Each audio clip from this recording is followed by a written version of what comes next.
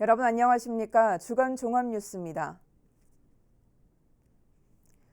풍기역지구 도시개발 사업지에 더불어민주당 오세연 후보 부인의 토지가 포함된 것과 관련해 국민의힘 박경기 후보가 셀프 개발 의혹을 제기했습니다. 이에 오 후보 측은 개발로 인한 시세 차익을 크게 부풀리는 등 허위 사실로 시민들을 호도하고 있다며 선관위와 경찰에 박 후보를 고발했습니다. 보도에 김장섭 기자입니다. 포문은 국민의힘 박경기 후보가 열었습니다. 박 후보는 민선 7기의 개발 계획을 세운 풍기역지구 도시개발 사업지에 민주당 오세연 후보 부인의 땅 4,500여 제곱미터가 포함됐다며 재산을 불리기 위한 셀프 개발 의혹을 제기했습니다. 이에 더불어민주당 오세연 후보는 20년 전 농사용으로 매입한 토지라며 개발 사업 역시 공공개발 환지 방식으로 진행되는 만큼 감보율 50%가 적용돼 상대적으로 수익도 크지 않고 오히려 개발 지역에서 제외되는 것이 수익이 더 크다며 맞받아쳤습니다. 오 후보의 해명에도 박 후보의 공세는 더욱 거세졌습니다. 박 후보는 성명서를 통해 감보율을 적용해도 인근 모종 풍기지구 거래 시세를 감안할 때 오 후보 부인의 토지는 40여 원대 시세 차익을 얻게 될 것이라고 추정된다며 풍기역 예정지로부터 멀리 떨어진 오 후보 부인의 토지를 도시개발 계획에 넣게 된 이유를 낱낱이 소명하고 아산 시민에게 사죄할 것을 촉구했습니다. 이 같은 셀프 개발 추진 의혹에 오 후보 선대위는 해당 사업이 민선 3, 4기에도 수립된 적 있다며 근거 없는 저열한 네거티브 공세에 대한 해명과 사과를 요구했습니다. 반면 박 후보 측은 오 후보 부인 토지 포함을 위한 무리한 개발구획 설정 여부가 핵심이라며 시민에게 권한을 위임받은 시장이 사적 재산을 증식하는 데 권한을 남용한 것이라며 비판 수위를 높였습니다. 거듭된 공방의 오 후보 선대위는 2022년 현재 실거래가가 평당 150만 원 수준인데도 불구하고 600에서 700만 원으로 부풀려 수십억 원의 시세 차익이 예상된다는 허위 사실로 시민을 호도하고 있다며 공직선거법상 허위사실 공표와 후보자 비방 등으로 박 후보를 경찰과 선관위에 고발했습니다. 한편 민주당 충남도당은 박 후보가 서울에 아파트를 보유하고 아산에는 전세로 살고 있다며 지역구에 임시 거주하는 시장 후보가 과연 지역 발전과 주민을 위해 일할 수 있는 자격이 있는지 의문이라며 비판했습니다. 선거 일정이 중후반으로 넘어가고 있는 가운데 정책 대결 대신 의혹 제기가 부각되면서 아산시장 선거가 혼탁해지고 있습니다. BTV 뉴스 김장섭입니다. 유독 이번 지방선거에선 후보자 간 정책 대결은 찾아보기 어렵습니다. 선거일이 다가올수록 과열 혼탁 양상이 더욱 짙어지고 있습니다. 송용환 기자의 보도입니다.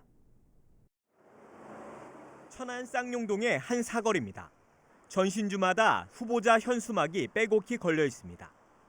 자신의 공약이나 정책보다는 상대 후보의 정가 기록 알리기에 급급합니다.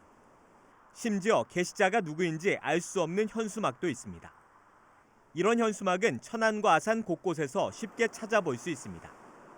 상대방의 개인 비리, 그다음에 과거사, 그다음에 입증되지 않은 의혹 이런 것들이 만연하면서 정작 후보도 없고요, 정책도 사라진 이런 선거가 되면 지방자치에 대한 의미를 정치인 스스로 깎아내리는 아주 후진적 정치 행태를 보이고 있는 거거든요. 또 이렇게 된 데에는 지난해 4.7 보궐선거에서 표현의 자유를 이유로 내린 선관위의 유권 해석이 한몫을 하고 있다고 지적했습니다.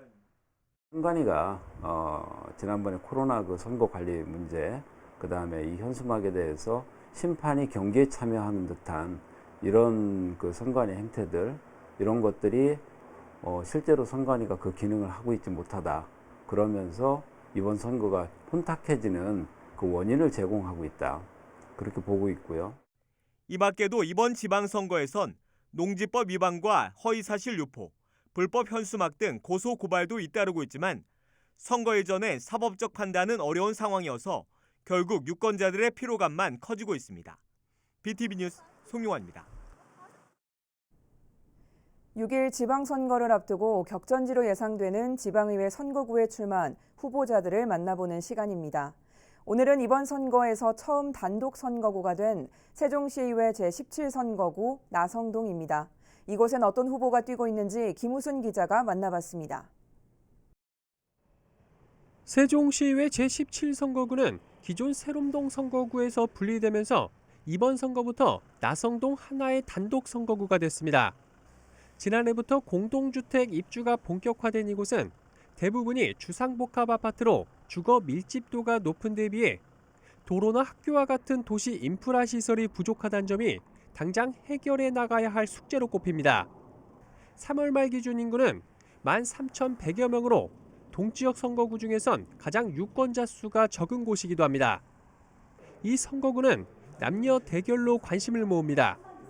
먼저 더불어민주당에선 강준현 국회의원 비서관을 지낸 김효숙 후보가 젊은 도시에 걸맞는 젊은 정치를 약속하며 출사표를 던졌습니다. 그동안 기자, 공무원, 국회의원 비서 등 정치와 행정 경험을 14년 동안 쌓아왔고요. 이를 바탕으로 나성동을 세종시 1번지로 만들고자 도전하게 되었습니다. 시의원이 되면 추진할 최우선 공약으론 벌써부터 야기되고 있는 학급수 부족 문제 해결을 꼽았습니다. 나성 초중학교는 지난해 개교함에도 불구하고 벌써부터 과밀 문제에 지금 직면해 있습니다. 이를 신속하게 해결하기 위해서는 친환경 스마트 모듈러 교실의 도입 또는 부지를 검토를 해서 신설까지도 검토를 해야 된다고 생각을 하고요. 이는 정말 빨리 신속하게 해결해야 될 부분이라고 생각합니다. 이어 인근 세종예술의 전당과 동락정 역사공원, 도시상징광장을 잇는 나성 문화벨트를 조성하고 출퇴근길 교통체계 개선과 보행약자 안전을 위한 대책 마련을 핵심 공약으로 제시했습니다. 이에 맞서 국민의힘에선 국가정보원 출신의 김양곤 후보가 윤석열 대통령과 함께 세종시의 새로운 도약을 이루겠다며 표심 잡기에 나섰습니다. 윤석열 대통령과 함께 세종시가 실질적인 행정수도가 될 수 있도록 노력할 것이고 아울러 더 나아가서 세계 속에 우뚝 선 그런 도시로 성장할 수 있도록. 김 후보는 나성동의 최대 현안이자 자신의 핵심 공약으로 안전한 등굣길 만들기를 꼽았습니다. 교통안전시설이라든지 이런 것들이 좀 미비해서 주민들, 시청, 또 그다음에 경찰, LH, 행복청, 아무튼 유관기관이 모두 한자리에 모여서 이 지역의 교통 문제를 가장 합리적으로 해결할 수 있는 그런 대안을 찾는 그런 노력들을 할 거고 올해 안에 반드시 하려고 합니다. 이어 지난 2013년 세종시로 입지를 정했으나 아직까지 진척이 없는 국립자연사박물관 건립의 공론화와 시의원 신분에 맞는 똑바로 제대로 일하는 세종시의회를 만드는 것을 최우선 공약으로 삼겠다고 강조했습니다. 앞으로 세종 지역 상업과 문화의 중심이 될 나성동. 단독 선거구로 분리 후 치러지는 첫 선거에서 유권자의 선택은 어떤 후보에게 향할지 주목됩니다. BTV 뉴스 김우순입니다. 아산시 온양 1동에서 3동을 지역구로 한 아산시의회 나선거구에는 모두 4명이 경쟁을 펼치고 있는데요. 아산시의회 나선거구에 출마한 후보들을 만나 공약을 들어봤습니다. 김장섭 기자입니다. 아산 온양 1동과 2동, 3동을 지역구로 한 아산시의회 나선거구에는 모두 4명의 후보가 출사표를 던졌습니다. 먼저 현직 아산시 의원인 더불어민주당 홍성표 후보가 재선에 도전합니다. 홍 후보는 4년간 의정활동을 경험으로 소통을 통해 보다 더 많은 시민들의 어려움을 해결할 수 있는 민원 해결사를 자처했습니다. 4년 동안 건설도시위원회에서 시민들을 위한 행정에 많은 역할을 했습니다. 그 부분을 좀 더 완성시키기 위해서 각 부분에서 재선에 도전했고요. 시민들이 또 재선에 꼭 했으면 좋겠다는 의지를 담아주셔서 현재 열심히 하고 있습니다. 대표 공약으로 우종동 원예농협에서 충무초등학교까지의 도시계획도로 준공을 꼽은 홍 후보는 도로 준공을 통해 시민의 편의를 높이겠다고 약속했습니다. 온양 중로 3-16 도로가 도시계획도로로 잡혀 있어요. 근데 그 부분이 개발 압력 때문에 현재 이제 실시 설계는 앞부분은 돼 있는데 전체적인 준공이 언제 될지 아직 확정이 안 됐거든요. 그 부분을 꼭 제 임기 내에 준공시키는 부분을 핵심 공약 1번으로 삼고 있습니다. 아울러 아산 세무서 원도심 신축과 아산시 상수원 보호구역 해제, 주거복지센터 설립 등을 약속했습니다.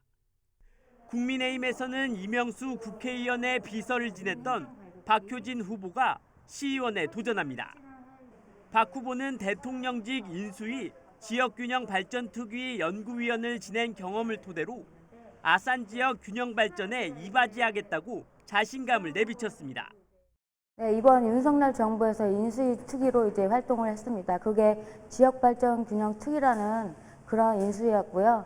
제가 연구위원으로서 이제 지역이 어떻게 돌아가는지에 대해서 활동을 해봤고, 그 다음에 제가 시의회에 들어가서도 그거에 걸맞는 지역의 균형에 맞출 수 있게 활동할 수 있도록 노력하겠습니다. 박 후보는 부모들이 조부모를 통해 아이들을 믿고 키울 수 있도록 손주 돌봄 지원 수당을 대표 공약으로 약속했습니다. 요즘 조부모님들께서 우리 아이들을 많이 돌보고 있습니다. 그분들의 고충은 날로 늘어난다고 생각하는데요. 그래서 제가 의회에 들어간다면 손주 돌봄 수당을 꼭 추진하도록 노력하겠습니다. 이와 함께 1000세대 이상 아파트에 무인 행정 발급기 설치와 시민 참여형 문화축제 추진, 건강한 반려동물 문화선도 등을 공약으로 제시했습니다. 충남 신용보증재단 소상공인 종합지원 정책자문위원인 더불어민주당 이양희 후보와 현 아산시 의원인 국민의힘 맹희석 후보도 출사표를 던지고 표심을 공략하고 있습니다. 다만 두 후보는 개인적인 사정으로 인터뷰에 응하지 않겠다고 밝혔습니다. 아산시의회 나성구구에서 선출되는 시의원은 모두 3명. 지역민의 새로운 일꾼이 될 후보는 누가 될지 시민의 선택에 이목이 집중되고 있습니다. BTV 뉴스 김장섭입니다.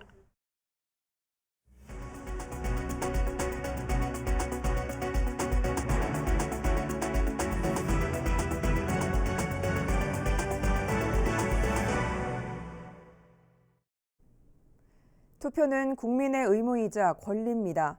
하지만 장애인들은 투표권을 행사하는 데 있어 많은 제약이 따르는데요. 지역 시민사회단체가 투표 시 장애 유형별로 겪게 되는 불편과 개선 방안을 제시한 영상을 제작해 관심을 모으고 있습니다. 송용환 기자의 보도입니다. 휠체어를 탄 여성이 기표소에 들어섭니다. 기표를 하고 나오려는 순간 공간이 너무 좁아 이리저리 부딪혀가며 힘겹게 빠져나옵니다. 나올 때는 후진을 해야 되잖아요. 그 안에서 또 휠체어가 돌 수는 없는 거잖아요. 그러니까 이게 걸리기도 하고 치우기도 애매하고 뒤에서 이거를 이렇게 잡아주는 사람이 있었으면 좋겠다라는 생각이 아까 조금 들었어요. 지역 9개 시민사회단체로 구성된 베리어 프리 네트워크가 제작한 12분 분량의 영상입니다. 나의 투표라는 제목으로 모의 투표 상황에서 각 장애 유형별로 겪게 되는 불편함을 담았습니다. 선거 공보물의 일부 내용만 담겨있는 점자 공보물, 휠체어에 앉아 기표하기엔 다소 높은 테이블, 수어 통역사가 없는 투표소 등 한두 가지가 아닙니다. 단순히 불편을 지적하는 것이 아니라 개선 방안도 제시했습니다. 내용이 제한적일 수밖에 없는 점자 공보물 대신 음성 파일을 선택해서 받을 수 있게 하거나 입모양을 확인할 수 있도록 선거 사무원들이 투명 마스크를 착용하는 방법 등입니다. 부분적인 개선이 이루어지고 있는데 약간의 시혜적 느낌의 성격들을 좀 받아서 이렇게 해서는 좀 안 되겠다 싶어서 저희가 그 사회적 약자, 특히 장애 당사자들이 투표를 하는 데 있어 문제점들을 영상으로 좀 만들어서 그에 관련된 공감대를 확산시키면은 좋겠다. 지난 24일 공개된 이 영상은 충남 중증장애인 자립생활센터 유튜브 채널에서 확인할 수 있습니다. 장애인이기 이전에 우리도 한 국민으로서의 투표권을 행사하는 것은 당연한 권리라고 생각합니다. BTV 뉴스 송용환입니다. 행복도시 중앙 녹지공간을 관통하는 국지도 96호선을 달리다 보면 바로 옆으로 국립박물관 단지 1단계 사업이 진행되는 걸 보실 수 있습니다. 5개 박물관 중 어린이 박물관은 제법 공사가 진행되기도 했는데요. 전체적으로 어떻게 사업이 진행 중인지 김우순 기자가 점검해봤습니다. 세종 호수공원 인근에 조성 중인 국립박물관 단지입니다. 이곳 7만 5천 제곱미터 부지에 2027년까지 모두 5개 테마의 박물관이 들어설 예정인 가운데 그중 가장 먼저 어린이 박물관이 모습을 드러내기 시작했습니다. 현재 약 50%의 공정률로 당초 계획했던 내년 상반기 개관엔 차질이 없을 전망입니다. 이곳 어린이 박물관은 올해 연말 준공되며 전시 준비 과정을 거쳐 내년 상반기 중 개관할 예정입니다. 나머지 4개 박물관에 대해서도 2027년까지 순차적으로 사업이 추진됩니다. 현재 실시 설계 마무리 단계에 있는 도시건축 박물관은 올 하반기 착공해 2025년 개관할 예정입니다. 또 디자인 박물관과 디지털 문화유산센터는 지난 1월 국제 설계 공모를 통해 당선작을 선정했으며 내년 공사에 들어가 2026년 개관을 목표로 추진됩니다. 마지막 국가기록박물관은 내년 사업 착수를 목표로 현재 기본 계획을 수립 중입니다. 이들 5개 박물관 건립에 투입되는 예산만 4천억 원. 행복청은 국립박물관단지 1단계 사업에 대해 당초 목표로 했던 2027년까지 사업을 마치겠다고 재차 강조했습니다. 개별 박물관의 건립 일정에 맞춰 순차적으로 사업을 진행해 나가겠습니다. 5개 개별 박물관 건립이 병행되어 진행되는 만큼 더욱더 빈틈없이 준비하여 목표한 사업 기간 내에 완성될 수 있도록 추진하겠습니다. 아울러 국립박물관단지 2단계 조성 사업은 사업계획 확정을 위해 현재 국립민속박물관 이전 사업을 중심으로 관계기관과 협의가 진행 중이라고 덧붙였습니다. BTV 뉴스 김우순입니다. 코로나19 이후 3년 만에 천안의 한 대학교에서 대면 방식으로 취업 페스티벌이 열렸는데요. 캠퍼스에 찾아온 일상 회복을 실감케 했습니다. 송용환 기자의 보도입니다. 나사렛 대학교에서 열린 자바라 페스티벌. 모처럼 캠퍼스가 학생들로 북적입니다. 코로나19 탓에 중단됐던 취업 축제가 햇수로 3년 만에 부활했습니다. 30개에 달하는 부스는 충남 일자리 진흥원을 비롯한 지역 취업 유관기관의 참여로 예년보다 더 풍성해졌습니다. 이력서 사진 촬영과 메이크업 컨설팅도 받을 수 있고 이동 상담 차량에서는 자신에게 맞는 색상을 추천받을 수도 있습니다. 면접 볼 때 복장 같은 경우도 너무 검은 색깔, 딥한 색깔보다는 좀 네이비 색깔 이런 것들이 훨씬 더 깨끗해 보일 수 있다고 보시면 돼요. 현재 4학년 취업 준비 시즌이라 자소서 면접 컨설팅을 행사 부스에서 무료로 받을 수 있어서 너무 좋았고요. 이뿐만 아니라 체험 먹거리 등 다양한 즐길거리가 있어서 더 좋았던 것 같습니다. 재활복지 특성화 대학답게 장애인 전담 상담 부스도 마련돼 있고 코로나 블루나 학업 스트레스 심리 상담 서비스도 제공합니다. 이제 코로나도 이제 좀 어느 정도 안정기에 접어들었고 해서 저희가 이런 행사를 대면 행사를 또 이 좋은 5월에 개최를 함으로써 진로 취업에 대한 정보를 학생들한테 또 직접적으로 전달을 하고 그럼으로써 학생들이 많은 정보를 얻고. BTV 뉴스 송용환입니다. 코로나19로 운영이 중지됐던 아산 지역 문화 여가 시설들이 속속 문을 열고 있습니다. 온양온천시장 조교탕엔 2년 6개월 만에 물이 가득 찼고 신정호 피크닉장도 사전 예약에 들어갔습니다. 보도에 김장섭 기자입니다. 바닥을 보였던 온양온천시장 조교탕에 물이 다시 가득 찼습니다. 코로나19로 운영이 중지된 지 2년 6개월 만입니다. 시민들은 335 환자 조교를 통해 코로나19로 지친 마음을 달래봅니다. 잠도 안 오고 이 다리가 많이 아팠어. 근데 이거 하면 다리도 좀 덜 아프고 잠도 잘 오고. 그동안 코로나19로 운영이 중지됐던 아산 지역 문화 여가 시설들이 방역 수칙 완화에 따라 속속 재개장 준비에 들어갔습니다. 야외에서 자연과 바베큐를 즐길 수 있는 신정호수공원 피크닉장도 다음 달부터 운영이 재개될 예정으로 사전 예약이 시작됐습니다.